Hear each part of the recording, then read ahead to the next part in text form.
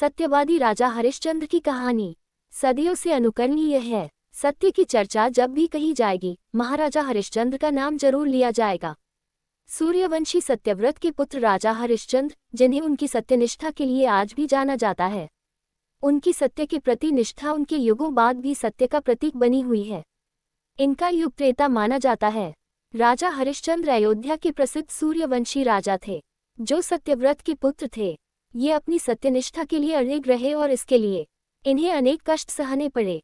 ये बहुत दिनों तक पुत्रहीन रहे, पर अंत में अपने कुलगुरु वशिष्ठ के उपदेश से एवं वरुण देव की उपासना से इन्हें पुत्र प्राप्त हुआ। राजा हरिश्चंद्र सच बोलने और वचन पालन के लिए मशहूर थे। उनकी प्रसिद्धि चारों तरफ फैली थी। ऋषि विश्वामित्र ने राजा हरिश्चंद्र की प्रसिद्धि सुनी। वे स्वयं इसकी परीक्षा करना चाहते थे। राजा हरिश्चंद्र हर हालत में केवल सच का ही साथ देते थे। अपनी इस निष्ठा की वजह से कई बार उन्हें बड़ी बड़ी परेशानियों का भी सामना करना पड़ा, लेकिन फिर भी उन्होंने किसी भी हाल में सच का साथ नहीं छोड़ा। वे एक बार जो प्रण ले लेते थे, उसे किसी भी कीमत पर पूरा करके ही छोड़ते थे। राजा हरिश्चंद्र ने सत्य के मार्ग पर चलने के लिए स्वयं तक को बेच दिया था।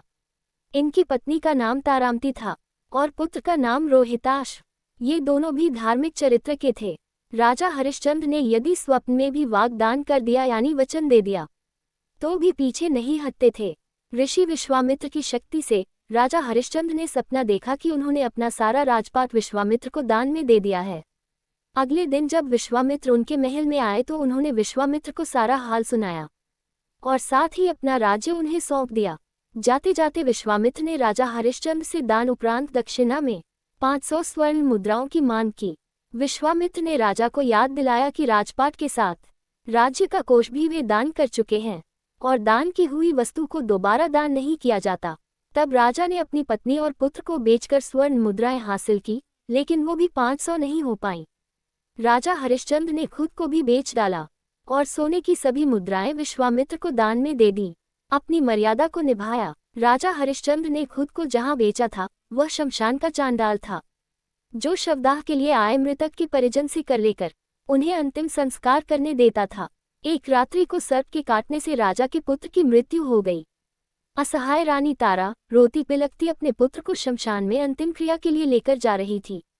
काली अंधियारी रात में जोरों की बारिश हो रही थी। बादल गरज रहे थे, बिजली चमक रही थी और अभागन माता अपने पुत्र के शव को अकेली शमशान लेकर पहुंची। वहां पर राजा हरिश्चंद्र ने रानी को बिना देखे ही शमशान कर के लिए आदेश दिया।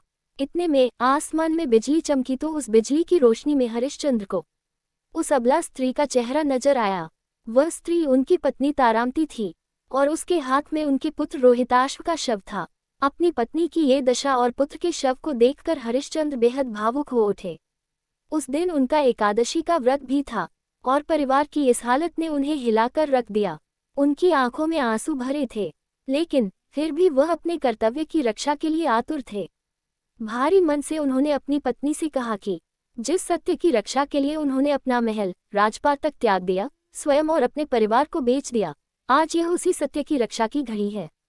राजा हरिश्चंद्र ने अपनी पत्नी से कहा, तुम्हें शमशान में अपने पुत्र के अंतिम संस्कार के लिए निर्धारित कर देना ही होगा।